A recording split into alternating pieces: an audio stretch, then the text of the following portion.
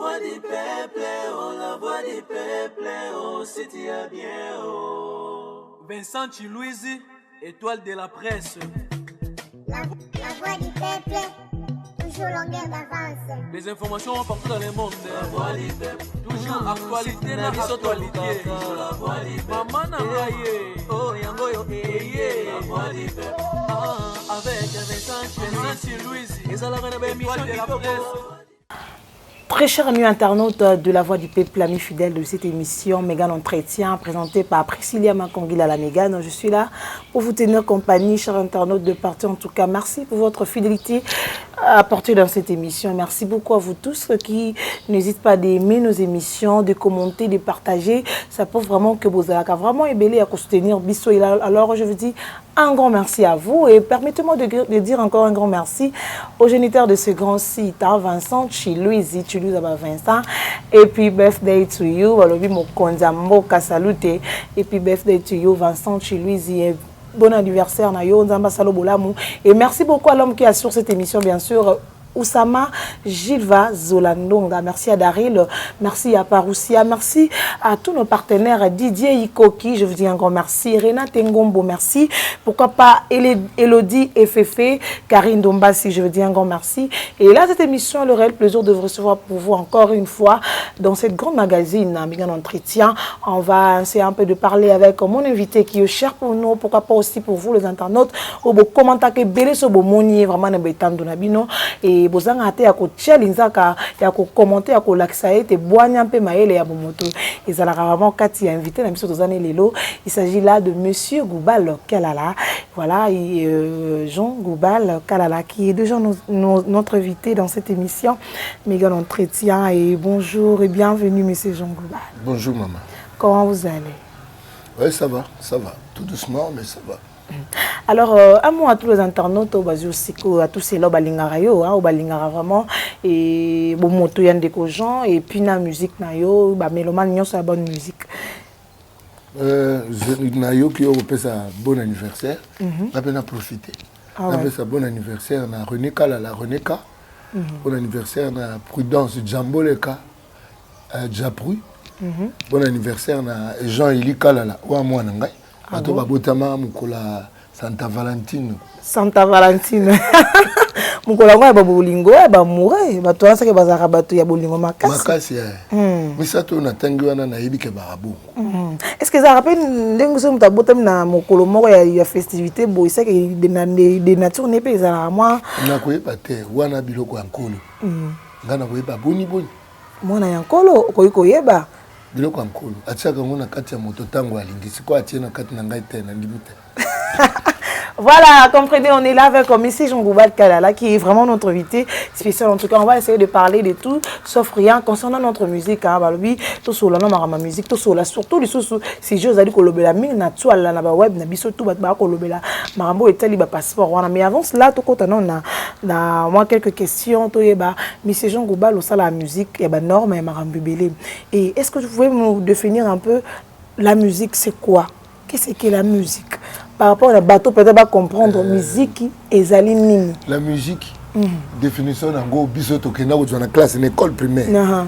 C'est l'art de combiner les sons d'une manière agréable à l'oreille. Voilà, nenga bo classe. Là na université, Masaranga, c'est quoi ça professeur à l'université na Angleterre kuna. Et puis en Arabie Saoudite, Coco, ngala kalambai, Coco Sound, Abi.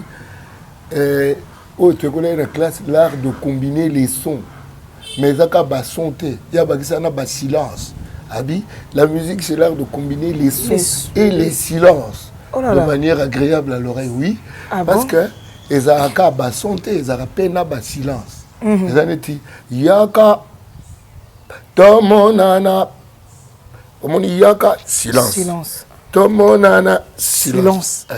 C'est l'art de combiner les sons et les silences de manière agréable à l'oreille. À l'oreille, voilà. C'est vraiment une très bonne chose. Ndenge moninga na wana bakisa silence. Djogo. Ah bon? Ah professeur, il y a université. Professeur, il y a mathématiques dans l'université à Londres kuna. Eh, wana Djogo. Asa guitariste, asa saxophoniste. Ah d'accord. Na lobi asa professeur, il y a université. Na Londres kuna et puis na Arabie Saoudite. Ma nduliste. Pour bien bo kansaka ndule.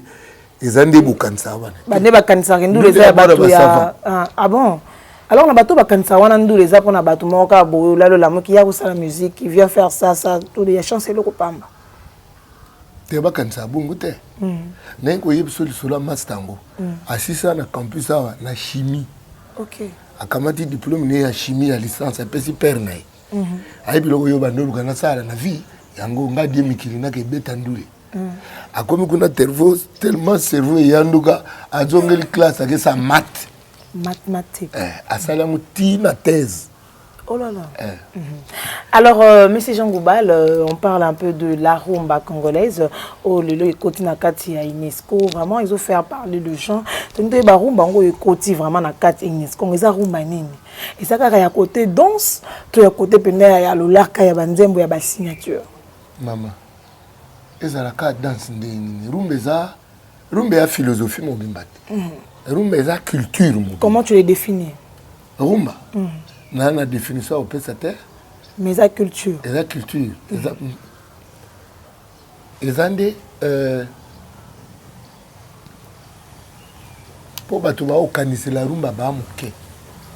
Le quoi va Didier Mumengi, le quoi va Yoka Elie. Yoka Elie. Yoka Elie Mudaba. Venangai. Et ça c'est tout un esprit, c'est toute une culture, c'est toute une philosophie. Rumba. Il faut organiser la mingi tout y a mayele mingi li kolo na rumba. Parce que au moment mingi biso misala na biso to kanisela kango mingi te. To zela ka ba kanisela biso libanda. OK. Et donc vous savez biso boumbu pe yango wana. Par rapport à kanisa et loko yozo sala ke ba kanisela esengelaka biso moko to mi kaniselaka makambo na biso.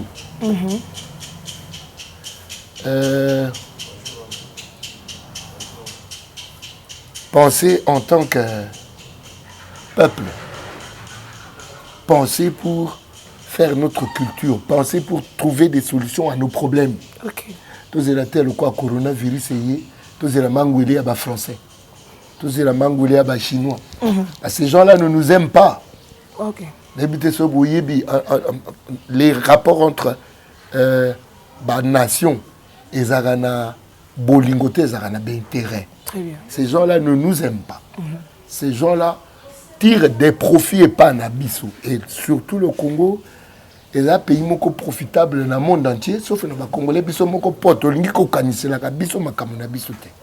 Voilà, nous devons penser tout par nous-mêmes. Okay. Penser notre rumba en tant que nous-mêmes. Okay. Réfléchir sur la rumba, Didier Mumengabi, l'économie de la rumba. OK. Pour nini, tango fali abimi, baduye na ba producteur et mosusu ya libanda, économie a fali et mati.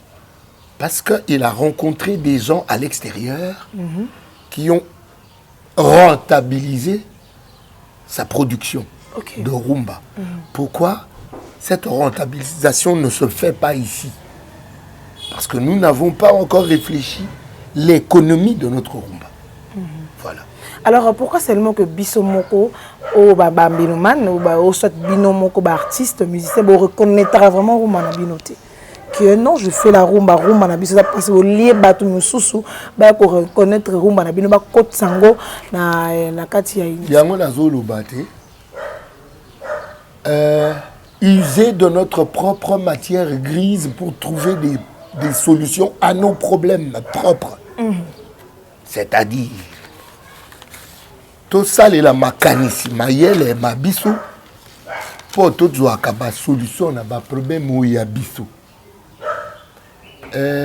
Mingi ba musicien ba c'est la penza mayele te. Là le baka ba musicien te biso angoyo surtout ba congolais. Tout ça la penza mayele te mama olina na biso que constitution na biso ba kenda ko kanisa ngo na Liège. Alors que tous les constitutionnalistes awa. Boni constitution na biso faut pas kenda ko kanisa ngo na Liège. Il faut que nous nous prenions en charge. Que nos intelligences travaille pour booster le Congo na isika na yi. Parce que le Congo est le pays le plus riche du monde. Du monde, voilà. Alors, hard way, soft way. Hard way, soft way. Tout hard nde ba richesse. Ba richesse, ba diamant, ba cobalt, ba coltan, mais soft, ma yele. Tout ça est la mouti. Tout ça est la paix en gros. Tout ça, il a vraiment marié les hardware, software, des loba, des gens des lobby, et ça l'a bien. Alors, tu viens de dire, Fali, à Koutagina bateau, bah, je peux pas propulser produit naïe. Et aujourd'hui, on peut dire, Fali, Aza, bel et bien représentant, il y a culture, il y a un bon anabiso libanda, Roloba. La culture, il y a rumba, il y a musique.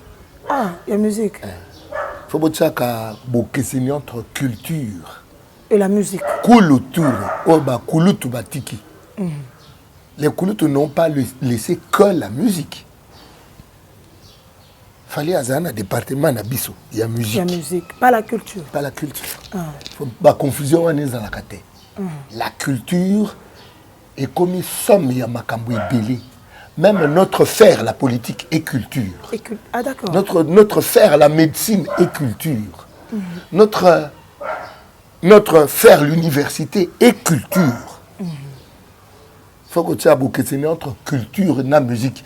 Parce que déjà, même quand on a art, la culture mobimba, même quand on a art, la musique, le cinéma, il y a art, théâtre, il y a art, sculpture, il y a art, peinture, il y a art. Il faut que tu aies beaucoup na kati ya ba art, bokeseni, na kati ya culture. Parce que la culture, elle est vaste. Même religion, est la culture. Notre manière de faire notre religion, c'est culture. Ma messe zaïroise ndenge malula yaka na bariti na biso. À côté ça, culture na biso na rite malula. Joseph Albert, une éminence. Viens-moi boye kimbundi na vie. Une belle âme malula. Beauté ya âme na yebo e bana mona na une expression na. Soka goloba malula, soka goloba olula malula, olula. Voilà. Alors, tu as parlé de la culture, tout ça, la ramabo question entre culture, na rumba. Rumba, ils ont mon sous art, ils appellent mon sous. Mais aujourd'hui, bah nommé, bah tout, ambassadeur de la culture. Tant qu'on dit que culture, ils ont art, les lois, fallait pour ambassadeur de la culture et de la musique. Ah. Grâce à la philosophie. Je pense que beaucoup de l'émission na bino mais na kati bino émission parce que dans la sangomoko ya kitoko européen sa bino bandeko beaucoup talanga à travers le monde et dans la bandeko bazana Kinshasa et dans la bandeko bazana ba province et dans la bandeko bazana mikili ya poto Asie, Afrique, Amérique partout Europe ozo se retrouver biso sur le lot yebi importance ya mabele okoroza na nyo solingi mais sokoza na mabele te avenir na eza mobulu. Voilà la voix du peuple toeli bino sangwa kitoko awa nazawa pinazali bongo na Kinkole Plaza na quartier Canada. Kinkole Plaza ezali wa pezali à 2 minutes après aéroport. Bana na entrée à plaza ti esiko nga na telemi awa to bani na makadam to suki ti na makadam liboso okota na kati ya si nazali o site to zali o ezali esika ba ko teka ba mapango a ba zo teka ba 20 sur 20 na $7,500 américains. Et si on a telemi courant ezali mai ezali et puis accessibilité à nzela ezali pena kitoko donc obimina nengo obanda na ndako na ti obimana na makadam sans problème mai ezali na tout préciser et puis courant ezali 5 sur 5 donc voilà place ezali awawa hâtez-vous parce que tous à 9 hectares et déjà avant la banara émission déjà tous même na batu ba rotala déjà bazana pour ça ba somba donc hâtez-vous parce que place oyo normalement plus haut roté kaza plus haut roté ka mabonté donc kiti si prix par rapport à endroit tous allez donc boya ko soma mapa on a bino awa na Kinkole Plaza plus précisément la quartier Canada na $7,500 américains oza na lopango na pour tout contact bo benga na numéro na ngai moko Vincent bozwa ngai directement pour na ko sunga bino bozwa mapango na bino awa na kati ya Kinkole Plaza na quartier Canada. Donc bon contacter ngai sans problème donc mikana makambutu eza déjà makambo to eza pena bien assis pour que yo ndeko totala nga ozwa lopango na yo awa na kati ya Kikole Plaza. Merci. Maluba. Nazaki kenge na maluba. Yanga pe na ngate bino ba journaliste boko nyokola ngai na kupozaka ngai ba komba bato. Na lingaka ba penser des idées. Je n'aime pas trop parler des individus parce que l'individu congolais n'a pas encore cette maturité ya goyoka vérité pe kovanani. Individu congolais soko beti et vérité adoza contrer. Oza fiti. Soko kumisi nda sepele. Soko yebisi vérité ezaya ko kumisa te a Joana la fiti. Alaxarani. Opozanga pena ba komba batute batuna ba komela te. Ko bayoka ka solo. Bayoka bu solo. Batu ya Kungu na ino ba komélité un peu na koyoka ka bu solo. Batu balingi flatterie. Et au fur et à mesure le culte de la personnalité. Le Congolais azana nous na kati ya culte à personnalité. Congolais le roi David a tuni prophète atangu na abi et prophète atangu na abi motomoko azaki na ba meme ebele mais pour na fête na ye a dû meme à moninga alambi pour basa fête. David abi moto abongo na mboka na nga azali yebisa nga yazo etumbu na ye. Prophète yebisa yo mokonzi. Yonde odu mwasi angana ya Uri natango yoza na basi baike otindi Uri na front poza mwasi na David alati saki afukami abondeli bolimbisi na kulu toza boni bato ya bongo mboko ya lusambo ebele bato balingi vérité te otuna nga bakomba bato mingi te mais mboko ya busambo bato balingi vérité mais balaka au fur et à mesure tant que tu as la vérité, tu as changé la vérité, il y a quand même blessé. Mais il y a la vérité, changer papa Zango, pensez à vérité, oui, à ta boya, on a la vérité. En tant que mon Christ, en tant que philosophe, l'amour, Sophia, sagesse, vérité, c'est la carte sagesse. Vérité, c'est le coup là, mais tu cannes. La bête qui canne, pour qu'on doit écouper, biso le va écouper. Tu connais bien, biso pas qui ça. Ah. Bête match pour qu'on doit écouper au Sénégal azui. Na lingala, écoupe. Biso, ba Christ ou na ba philosophe, écoupe na biso eza sagesse. La sagesse a habité parmi nous. Nous ne l'avons point reçue. Sagesse nani. Yehoshua HaMashiach. C'est lui la sagesse. C'est lui la vérité. Non déplaise, Nabino Bandegunanga y a l'église des Noirs. Bino mutubo kansa Christ azali mondele Christ azali mondele te. Alors message en global. Parlons un peu marambo izo lubana batona j'espère que zo yo capé marambo ya ambassadeur ya ba culture yo bi la culture dans la rumba. Oui. Ambassadeur et la culture, le lot au moni et pesameni batebele, pesameni badaju et pesameni game, c'est ça les un peu problème. Et pour la choisir tant qu'ambassadeur, il y a un beau qu'on besoin représenter biso di banda faut en avoir critère pour être un ambassadeur de la culture de la rumba. Ambassadeur azali le quoi muinda. Ambassadeur azali le quoi moto a ko représenter. OK. Pour nangai.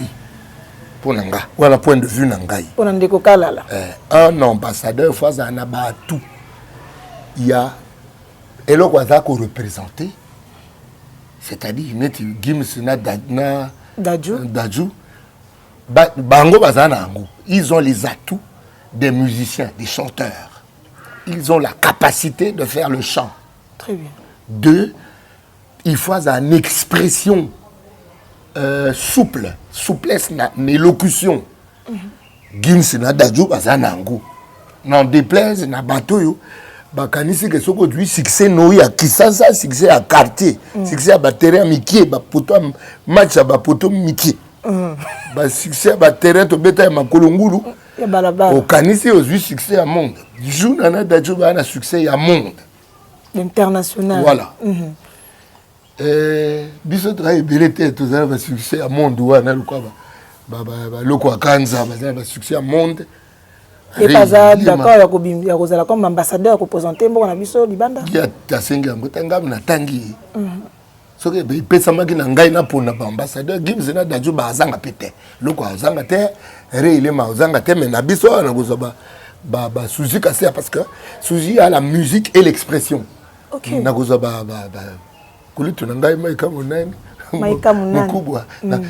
Je parle de la connaissance et l'expression facile. Parce qu'un ambassadeur, basal ou quoi, Nenge Christo abai bokenda kutia. Na va bokenda na kutia bino mulimo musanto eko kamba bino dans la vérité. Gim Sena Dadju, ils ont l'expression facile, ils ont la musique en eux. Nga, je suis d'accord. Bazo kama ka carnet ngo pika mo ka carnet wana rouge ndeko ça. Ndesama polémique ko ba ba ba betaka rumba te basaka musique tendeni mutato ekolo mboka ko pesa bango babiloko ba kinchor. Yango Congolais za nchor. Na campus bana mai na ngai kuna na faculté droit baki na prof na bango moko apesa bango dissertation sur ni à crabe. Ni à crabe, c'est-à-dire bato balingi te baninga babima. Ba crabe soko tiki bango motako bima te. Soko tie libulu mozindo, otie mindele bakotia moko akena se mosusu amateli, mosusu amateli ti moto ya kobima akomo benda bakomo benda na ti basili. Soko tie ba congolais na libulu zaka so moninga lika ke yu obendi. Jalousie les gaming na Congo. Alors ça lit le sujet polémique pourquoi et selon d'autres personnes disent que non pour être un ambassadeur c'est tous à la moto za ko présenter biso et ba d'ajouter ba mettre la musique ya lopoto ba memara rumba te lo ka ba rumba na biso ba calé ba rumba zana langite. Rumba zana lokota te. Rumba ze kolote oko beta musique instrumentale ou beta ngurumba. OK. Soko tuneti anga irobeo makambo garobe na botamala esengo je crois en ton amour wala so gimsa ya yemba bungu c'est la rumba mais nzembo ekene ka ting titing o che gimsa yemine ba français na rumba. OK. Problème na biso eza ko zanga kuyeba liwanda mboka ni liwa. Mon peuple périt faute de connaissance. Christo a l'oublié Zaliwa, Kofi Moutaba Yandam. OK. Tolanda Kofi, Tolanda Christ. C'est vraiment compliqué, hein, monsieur Jean-Goubal Kalala. C'est vraiment compliqué. La vérité, c'est Christ. OK. Vérité, Zami Balete, moi, tata, na maman, oh, babota, na mon kil, bapete, kombo, yewa, na la vérité. Azamoko, Christ. Yehoshua Hamashia. Et pour mieux le présenter, il faut ça la peine à moi visibilité moi monene ko sala ke ma musique qui na biso lipa biso. Voilà. Ya ngo pesa mele badaju na moralité na expression ngo lobi wana. Et lelo pe na musique na biso ya awa ya Congo et sala ke moi le sujet de batwande ko loba mebele to moni ndeko kofi lo mide pas jui. Moi elo ka carte wana ko loba. Ma carte wana kame wana. Amba ye pas jui passeport diplomatique. Et pesa mele mo contacter ekola ko pesa ka ba musicien comme yon de ko Jean Goubal. Okoloba nini pese meliwana lelo to moni tour ya kofi to mona ki pende koloko to ebite ndeko Jean Pierre ko kende pe ailleurs zo ye moi carnet wana so ba poninga na kei parce nga yebi musique et puis na verbe so ba poninga na goeta et ya ndeka kofi lelo ndinga zui pe moi carton wana ndeko ko benga ngo passeport diplomatique so ki nga mutu na pesa oyi na pesa te. Pourquoi? Boya ko ka yoka vérité. Mais à bête qui coup de pied moi c'est la Kenya ko ambassadeur à cause de leur comportement wana te. OK. So ki ngam tuna go pona. Ya wana ngate ko betra masuru ya bato. Aso nga soko zo senga rigueur nga kana rigueur yo sana te. Te papa ça se voit. Ça se voit vous avez de rigueur. So ki ngai na pesa te. Ya soko za mbote na yo mais soko ngala pesa te. Parce que beta qui coup de pied. Moi na ngai propre. Soko sai na ngai kamboye eloko oyo na pesa wangu te. Et mingi ba pesa meli parce que comment mingi a salé bien la musique. Il faut une totale. OK. Il faut une certaine totale. OK. Et puis il faut une certaine éthique. OK. Mon toté au yaza nzambe. Ah bo bungi moké. Tika no yo bino bolukela batuma. Et pour exemple pour me dire que non il y a des sujets qui parlent de monitor na ye lo pesa ki to ba dadjo ça là qui en plaire ça là qui nini makama mabe ba loba loba ma mi lo to monitor kofi. Au moni ba lobaka balobani casier judiciaire casier judiciaire hein? Ambassadeur bataka pe casier na ye Ok. On te connaît batata et kolo pas ko beta moi libanda concernant. On a le bibo beta comme solo ba idée. Boko comme sanga idongi pamba. Boko luka rigueur, na rigueur, na kotote, na za mwana basango, tata na ngamo ko pesango. Na koli bongo. Ndeko kanam, akoli pe ko zama carton wana. Ndeko kanam Barbara. Aya ko zope. Et bandileki na yo oyo jibena weranson parlement bato ba koloba mingi ba ko tala bango te bango pe bazama passeport wana to moni ande ko fali mama masolo tika ba kombo to kende na ba idée ande ko jango bal ne pese meli ba passeport wana ils ont mabete ils ont bien ils ont même ma culture na biso de l'avant de toute façon ils ont biloko mokili ele kakanango to umela na ba kombo ba tout est évoluer total ba idée. Le Congo a besoin des idées, pas d'individus. Les individus passent, les idées demeurent. Les idées font que tous les capitalistes, tous les socialistes, tous les communistes. C'est à base des idées. Les idées que tous les comme kennedistes, tous les kennedistes, tous les léninistes. En fait, les socialistes, les léninistes, mais il faut avoir une force dans la pensée, dans les idées. Tout mais la mingi sur les individus. Très bien. Ça nous est bien d'absolument. Et donc, c'est absolument dongué. Alors, quelle est l'importance du passeport diplomatique? Du passeport. Du passeport diplomatique. L'importance, c'est ça. Écoute, tambo sayo. La facilité. Autant pour la facilement. Sans problème, sans pour autant belé. Alors merci beaucoup Andeke Jean Goubal, toujours nayo concernant ma combo kolekana ko Congo na mboka na biso en tout cas et ça va bien surtout ça Andeke Jean tous aura paiement ba na lobi makanisi te kenda mo musika te ba ko poussango un peu loin pour que mabiso nesika esenge bani et sûrement le UNESCO ekoti na kati ya comment et la musique na biso et mimi yango nesiko esenga ki wana to monde déjà to tamsanga ba misa mo belé et lelo yo to kolo ba musique na biso et complètement esika moko esengela ki ko et comment par rapport à notre musique ndenge lelo UNESCO reconnaître que musique peut comment maman et sengo na biso ezalate. C'est vrai que la classe est la différence, mais cette fois-ci, la classe en chair et en os à votre disposition. Et c'est là à travers le Flat Hotel Tenasia. Le Flat Hotel Tenasia met à votre disposition des appartements équipés de chambres et suites avec un confort moderne. Une salle de fête moderne pour toutes sortes de manifestations, anniversaires, fêtes de mariage, réunions et autres. Pour ceux qui adorent la restauration, il y a un restaurant VIP à votre disposition. Un nightclub pour les amoureux de l'ambiance responsable. Un service traiteur de renom. Et pour ceux qui adorent rouler en sécurité et en luxure, le Flat Hotel Tenasia met pour vous une location des véhicules des marques. Le Flat Hotel Tenasia se situe dans la commune de Lingwala sur l'avenue Kalembelembe numéro 256 à 2 minutes de l'avenue Libération ex-24 novembre.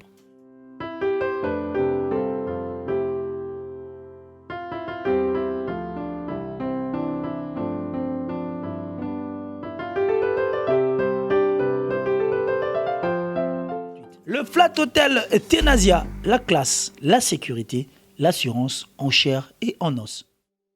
Est-ce qu'on reconnaître biso elingo bake biso to komi bongo? Le niveau de notre musique dépend du niveau de ceux qui la font. Niveau d'instruction, il y a des musiciens à biso. Le niveau, il y a musique ne dépend pas d'un point de vue de l'UNESCO. Ça dépend de notre instruction. Alors le problème, il y a pour ça là, et ça tombe la classe. Parce que musique, ce que ça a mis à bateau, tangi bien, et que ça m'a bien. Pour mon taco, ça a un talent, ndingeni, mais ce que tangi bien te, ça n'est pas que ça a un degré moko yassé. Ok. Omoni? Oui. Tu voulais tout kanisa ka te que UNESCO a ça, UNESCO a ça, biso mona kati on a vide. Et la musique est au Kenda moribond. Na UNESCO, la musique est moribond. Ou moribond, de ce que tu sais, on a genre naïf. Pourquoi? Parce que le niveau du musicien est assez. Pourquoi le niveau du musicien est assez? Parce que l'école est koufa. Il y a beaucoup de tricherie.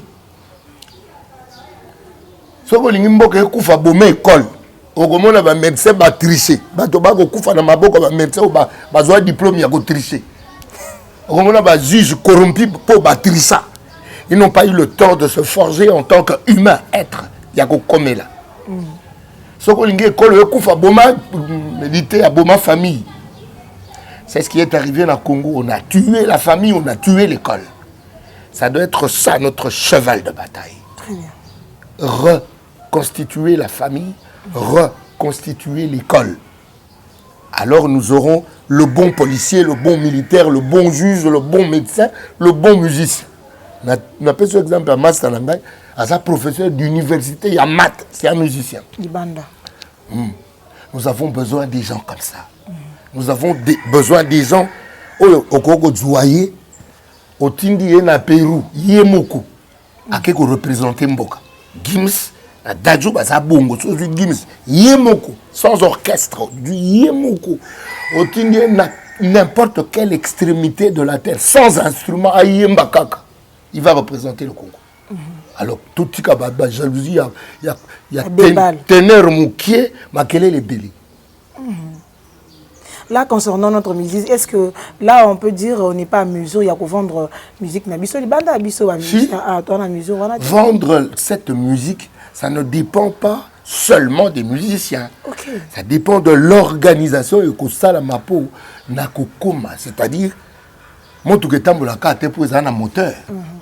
À tous un moteur, il n'y a pas de carburant. Il faut carburant. Il n'y a pas de carburant. Carburant pas été zali piné zali mais la structure union se fait fanda pour moi tout kekenda. Otem bezana moteur. La kasi que tu une voiture sans moteur est-ce que les baïbise bayimba boyo kaka ce qui est dit boyo ka appelle les non dits. OK. Mais au peuple ndeni bino boyo ka te bondé. Il faut qu'il y ait des structures, des organisations. Un homme n'est pas qu'une âme seulement, c'est aussi ce corps, c'est aussi l'esprit. Le corps n'est pas que cette bouche, c'est aussi le nez, c'est aussi les pieds. Ah, mais ça la boni pour peuple nangaya yo kangai. Afra mais tant que ozwaka yo tant que ozwaka ba penser na yo et ça la ke belé ba imboko balandaka biso vraiment partout na etando ba commenter vraiment ba pesaka makamna bango ba pesaka ba suggestion na bango concernant ba penser il y a un décojon global to zo ki moi quelques messages au ba comment que ba lubi pourquoi seulement gouvernement ezo yeba ko sala makambo so mais côté infrastructure côté makambe belé et côté la ngote makambo itali mboka na biso Congo mais to tala ka mingi musique toko tala kala mingi musique ole to tala makambo so mais to zakara mingi basé so makambo so yo mona na te ba ko tala ezo mona na biebi komono no na biebi komono no te miso mona ka biebi komono no miso molimo nde mona ka biebi komono no te mais congolais za mingi mosuni moi c'est nzoto mobile ne poche c'est que zaka mosuni okomono biebi komono no te biza info na baye bazana miso molimo oko sekanga moi c'est nzoto mobile ne poche pour mona moi mona nzoto pour mona mobile mona poche to suki wana poche da molai mais wapi Congo ya baye ba mona ko biebi bimono no côté na ba pasteur kaka nzoto na poche nzoto poche wapi ba pasteur bazana miso molimo baza pe belete faute ngai lelo ba pasteur belé komi ba professeur comme bi belé au moins bande ko comme sala biso makambe tali ke prophétie boye écran prophétique na TV boye o sala loko boye au moins to comme na temps de la fin comme na mokolo ngo tata lingi azonga ndeko kubal to ko mona ba prophétie kili to ko mona ba scandale et ba chrétien ba te belé mais c'est moi de gens qui dit pourquoi c'est même ba scandale de zakara ba chrétien et non bino ba profane po ba lingi ko monana ali komona en tant que chrétien il y a combo soko mi pesi combo chrétien ba kotala yo biso angani to ba civili mais ba civili en colo mais vous avez un musicien profane mais na profanité OK Bombe anatomique. Et musique obiso benga profane la musique critique. Kota la cantique de cantique lukela ngai. Nzembu ya Yesu la kati. David. Cantique de cantique kota. Zwa cantique de cantique fungola mona tes saints sont comme ça ma belle. Ma belle. Salomon. Pire vieux ngai. Salomon. Papa je ne va pas pire vieux ka batwana ba beaucoup banda batwa mayele moi mingi ne ba pire vieux ngai. Pire ngai. Nous sommes vieux un petit peu bazar. Oh, net nandi. On est dit Yesu a 30 ans, sur 33 ans. 33 ans. Malé on a 60. Les qui n'a pire petit. Yesu masi. Ande ko ja. Nkolo. Donc femmes nzambe tata mokoni. Nkolo. Tena mokolo ya kufaka wana si yo bota makati. Ouais petit ba. T'es sûr de checker âge. Mais âge ya musuni. Na msiko na vie. Adaya petit. Ah là là, merci beaucoup. Mais yena lingaka epo. Allez mse bande ko kuna na mboka zaki wana. Abraham, votre père, a tressailli de joie quand il a appris qu'il verrait mon jour. Oh là là. Babi yo. Yo beta masula Abraham ko na biso yo. Yo kamo gampugu yo zaki. Avant qu'Abraham ne fût. Je suis. Ah là là, Nassala. Avant qu'Abraham ne fût. Je suis. L'Éternel présent. Il est. Il restera. Abraham azalaka te nazali. C'est-à-dire. Abraham azalaka te mais Yesu azala. Nazali. Aza. Abraham azalaka te nazali. C'est-à-dire, dans le passé d'Abraham, Christ est le présent. Quand Abraham a existé, Christ était présent avant hier. C'est-à-dire, l'Éternel est présent. Il est là. Il est. Oh là là. Et il est la thé. Il est. Il est. Il est la mamie. Ah non, dans mamie. Coucou madame, mamie. Maya d'amour, merci. Alors, nous tendons vers la fin de notre speech. Merci vraiment pour refonger là, bisous toujours porte, papa Jean. Ça l'a bisous vraiment plaisir. Alors, qu'est-ce qu'on peut retenir de vous? Les lots, la carte est coupée, ça m'a dit que Jean paye les lots ceux qui au Bengami. Bata la peka na yo, ok ne peut pas passeport, no peut tambola rapport, mais ma bisous la boîte n'a pas besoin. Na oboy. Ata yomu. Ce qui va payer sur 1+. Yo oboy pour nous. Ce qu'on les autres années, la liste, c'est ça le mato, vas-y t'as la peine bateau, mais ma musique n'a pas de norme. UNESCO on est traqué quand il y a des goubal. C'est UNESCO mais t'as payé sur passeport. Quand au Kotaki, yango mokondi ambo kalobi, apé sapé, bayi musicien. Nga pe biloko mokili na wela kango te ngelo na ngi passeport na ngai nazwa on a lukaka Saint-Esprit. Papa Jean. Non, vous êtes terrible franchement. Mokonzi mboka yoki me akoko se eloko te mpona ngai nazwa Saint-Esprit. Na o tuna yemoko nkolo yoki yomoko yoki po wana yokaka yomoko mutopesa. Wale zate go mokonzi mboka pesi jangu ba Saint-Esprit. Te. Des gens qui veulent aussi passer par un comme na biso ba penser na yo ba conférence mo na Berlin conférence mo na ba pour na kende conférence ezela ba carnet t'es pour que ça obi passeport diplomatie ça pour na kende partout ça facilement c'est ça c'est ça aussi na Berlin ba benga conférence et tali passeport ils vont s'arranger à ce que na kekuna. OK mais des yo mo pe ko mema o ezali ya yo ko en plus pour que na ça la conférence ici ka faut ba benga yo ici ka wana ba yoka ke makambo za nango bango ba sengeli nango. OK est-ce Berlin ba yinga na peska mboka exemple mboka wana mboka eza mo ebele. Mais travail dans la philosophie ça a porté sur un juif allemand hein Jonas. OK le principe responsabilité il y a un monté okuna juif allemand.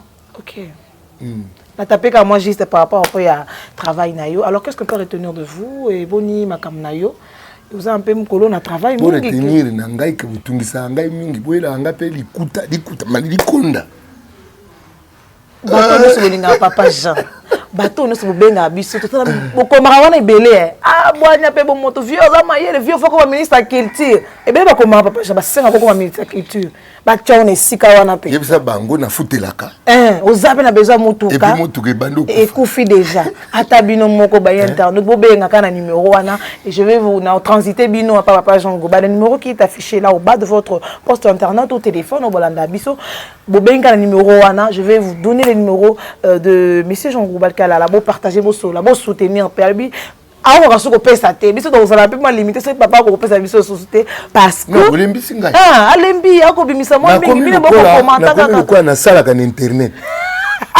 to fongola chaîne YouTube omona awa boy awa ngai boye Jean Goba Kalala bando tuna ba makambo ya bato olingi na bondela ka bato pona na TV na bondela bato te yo bondela ka te ulubaka ka yo kinde na bidi kambo ya carnet wana mukonza mboka mutapeza kama o ngala luka keza Saint Esprit wana ta bakonza ba mboka yonzo tu basanga ba opesa te mais mutuka na fo ba bomusango na bato nyonso balingaka yo mutuka ezelo ko mukete nde batlanda kanga wana mutu akoli ba botindela yi.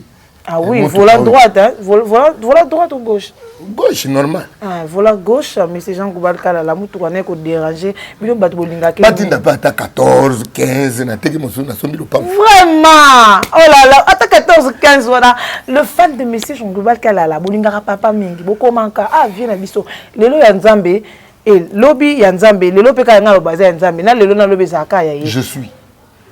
Je suis. Yehoshua Hamashia. Lelona lobby ezali je suis ponayi. Ponayi. Nazali. Azali. Alors bo benga kana numéro bo transiter na ndeko Jean Goba Kalala. Bo memele pe moi en plus c'est ça la paix bien concernant ma kamone à l'obit. Oui c'est na ki aloba et merci beaucoup à vous tous qui nous ont suivis. Merci à Dax à Chine Mbungu et merci à Bino Tubolingaka DJ Iko qui vient jouer les boucliers mon coach. Je vous dis encore merci. Et déjà bientôt le 19 avec Rogamicide village Chantemba. Alors c'est pour ça ba moureux sur du côté Congo Brazzaville. Boya vraiment ko soutenir Roga et puis na batu nyonso na bandeli bolinga message mission oh bo commenter numéro est affiché wana bo benga be bo koma bo transiter na papa Jean bo soumettre na makanisi na vieux Goubal Kalala aye ba komema o ezali aye merci beaucoup papa nous a de passage na biso et sur une zambazongi te boye ba tozongi la bino biso toujours dans la voix du peuple avec invité mosusu na makambo mosusu asika et quand on m'a précisé à ma congolais je vous dis un grand merci continuez de s'abonner et de commenter de liker de partager une vidéo et ça la biso bien chipo bongongo big salut na yo la bino tout bolinga précisément makangila bonne suite de programme sur nos antennes au revoir. Merci mes frères et sœurs Zamba Pambola bino partout ici à Bozolandanga en direct zona numéro na opesa 0033 7 66 27 40 02. C'est votre frère Père Condé Israël, sacerdoce et ratarate. Zamba Pambola bino. Message eza mukuse na yaka opesa bino. Toza ana mboka Paris na en Europe. Nzamba lobi na ngai. Makambo no sala Congo. Na Afrique au Salangwa. Je me suis dit non ça la londengeni. Nzamba bisingai banda mangengengi aw. To bandi zamba ya mangengengi aw na Paris. Na kati ya zamba o ya mangengengi toza ko sambela nzambe na bomo. Na moni na kati ya hiver bat bazota de part et d'autre bazo ana zamba. Bazo bika bazo ba délivrance impossible. Na eko comprendre nzambe lobelenga azan nzambe ya bomo. Zambe ya Dina Bala.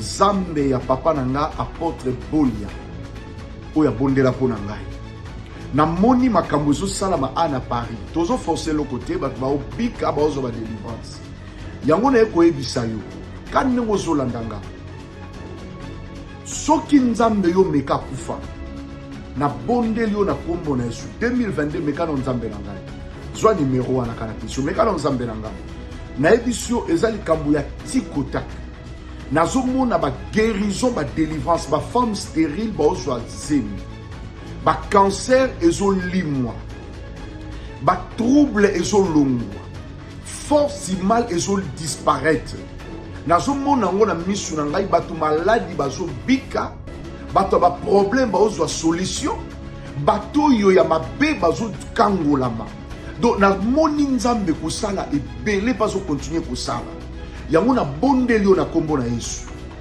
ko désespéré te ko mona te ko sambela trop sur lembi Message n'engaya n'a pas tout désespéré. Tu as beaucoup prié, mon soin de l'autre côté.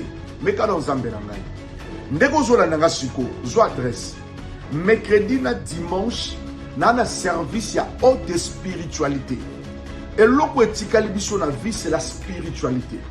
Mercredi na dimanche, 15h, service zo salama. Wapi. Toza na Saint-Denis, 9 rue de la Poterie, na Bandeli. Na Saint-Denis, na 9 rue de la Poterie. Soko ye mercredi na 15h. Et à ma spiritualité, yo linga molimo yaka. Dimanche 15h, na 9 rue de la Poterie na Saint-Denis. Viens. Au monde nzamba osela yo. Partout bisiko en Europe, ou en Belgique, ou en Allemagne, Suisse, partout. Pour hésiter noter. Zamba oyo to bondela, miracle zo sala ba tellement belé, parce que tant ba besoin na Saint-Denis, ils viennent témoigner. Jusqu'aux invités na ya dimanche. Quand nous sommes dans la sikoza, invité à dimanche oyo 15h juste yaka yaka na libotana mon maladie wa des impossible nzambe na nga possible omoni ndenge ba condamné yo condamnation ezo longwa na bi dimanche oyo za pona yo et yoka pona sukisa Siloé 2022 yango yi eza na mois de juin mais mois de juin le 11 les gens viendront témoigner mais ngai na yo toyana 9 rue de la Poterie Saint-Denis. Dimanche 15h service prophétique et bandi. Mercredi 14h 15h service et bandi. Yaka. Soit numéro commun 0033 7 66 27 40 02. Moi tango benga enregistré numéro sur WhatsApp. Prophétie na yo izali, orientation na yo izali. Kan no zolanda siko. Sambe na nga pambola bino partout bisika bozolanda. Na bi partout bisika bozolanda. Na Siloé 2022. Nzamba lobi nanga. Sambela pona ba aîné de la famille. Sambela pona ba femme stérile. Sambela pona bato bazala ba maladie incurable. Sambela pona bato bazala ba mauvais sort. Sambela pona bato ba envoûté bango. Sambela nzamba lobi nanga na sambela. Célibat prolongé. Ba piège toujours ezolanda. Ola makambo mikanda makambo nyoso zanango. Viens. Nous allons implorer la grâce du Seigneur. Quand nous avons l'anda numéro ya mwana bandano ko benga ka sikol. Benga lo ba père connaît nazana kata France. Nazana kata France, mais dans place ou dans n'importe quelle place où ça. Benga, tu vas témoigner si tu es là. Tika Zamba Pambola Bino, Zamba visiter Bino partout, c'est votre frère Père Condé Israël. Zamba Pambola Bino. Merci. Ngai maman Pichu Tonele, naza pharmacienne en formation, nazo œuvrer dans le laboratoire CRMTA. Où ils allaient centre de recherche et de production de médicaments traditionnels améliorés. Tout tient à disposition de bino cosmétiques, tout ça des cosmétiques enrichis au collagène, ils ont traité tampons, ils ont traité rides, ils ont traité poche, ils ont traité imperfection mingi ya peau. Pour ça il a un sérum sous forme de masque. Tout ça des crème réparateur, ils ont réparé pour ce pour un problème acné, boutons. Ma palata et puis qu'on sait un sérum naïe où ils ont enrichi na acide hyaluronique. Tous en a d'ici gel douche, tous en a grand format, na petit format où ils ont mis à paille ils ont adouci un pot. Tous en a d'ici cheveux, où ils ont collé sa souki, cheveux abîmés, souki ils ont quatre en pamba, souki ils ont la teinte, ils ont bombé sango, ils ont retardé repousse il y a cheveux blancs. Pour ça ils ont huile, na bain d'huile. Tout en a crème, pommade, tout en a savon où ils ont accompagné gamme de cosmétiques nyonso. Tout en a médicaments dans le laboratoire CRMTA, tout en a pommade Diazolex, où ils ont pommade antidouleur. Ils ont traité toute forme de douleur, même la douleur rhumatismale, ma colorovimba, ils ont traité en haut. Tout en a crème Borex, où ils ont uniquement pour ma papa. Ils ont rallongé le système de papa et puis ils ont agrandi en moi. Tous en a diazostimule où ils ont produit la bise, ils ont traité différentes formes d'impuissance sexuelle, éjaculation précoce, dysfonctionnement érectile, faiblesse sexuelle en général et pas bas ils ont traité frigidité. Ils ont sous forme de comprimé. Tous la zinginalise, auto-présenté sous 2 formes, comprimé, à sucer, non suppositoire, où ils ont traité différentes formes hémorroïdes, internes et externes. Tous la médecine, où ils ont traité la levure, tout ce qui est amibe, tout ce qui est maladie, kyste, il y a amibe, ils ont traité en eau sous forme de comprimé dans le sirop. Tous la crème médecine, où ils ont traité tout ce qui est maladie à peau. Genre d'être malade à PC, mycose, c'est la canamakula, il y a mibali surtout, azolata sapatou, maladie, l'auto, médecine crème, azo traité en eau. Tout ça, allium, il y a azo traité toute forme, il y a hypertension, azo normaliser tension, ce qui tension est mataga, à quitter si à normaliser, ce qui est quitte si à normaliser, et ça, à partir de aïe. Tout ça, la menga, ils ont produit anti-anémique. Bateau connaissera problème et anémie, quelle que soit l'origine, menga, ils ont remonté, ils ont tonifié un peu, ils ont plus de énergie dans les autres. Voilà, ils ont gamme de produits CRMTA, laboratoire où ils ont travaillé essentiellement dans les phytomédicaments, dans les plantes médicinales. Donc, nous avons tous les produits au moment où nous avons et ça mis à partir de l'anxiété et en Congo. À part bakisi on a si kotangela bino tozala maladi musu auto traiter apé auto sala to benga préparation personnalisée ndeti na ka ba myome par exemple to c'est une préparation mon corps et permettre de réduire dimension à myome pour faciliter au kobota tozala kisi o epesa rapé bato bazolo ko kobota voilà to traiter en couple et ba contact na biso na Kinshasa eza plus 243 81 83 13 322 plus 243 81 83 13 322 plus 243 89 89 33 855 et na libanda tozana plus 1 514 329 12 56 plus 1 438 765 64 73 voilà les numéros à contact na biso bandeko ba kobenga libanda na ka ba maladie songolo pakala maladie oya ba tene tondante o esala ke muto abima ba mafina na mutu to traitera ngope donc pour contacter biso opposer problème na yo to ba plante nini o e solution à problème na yo.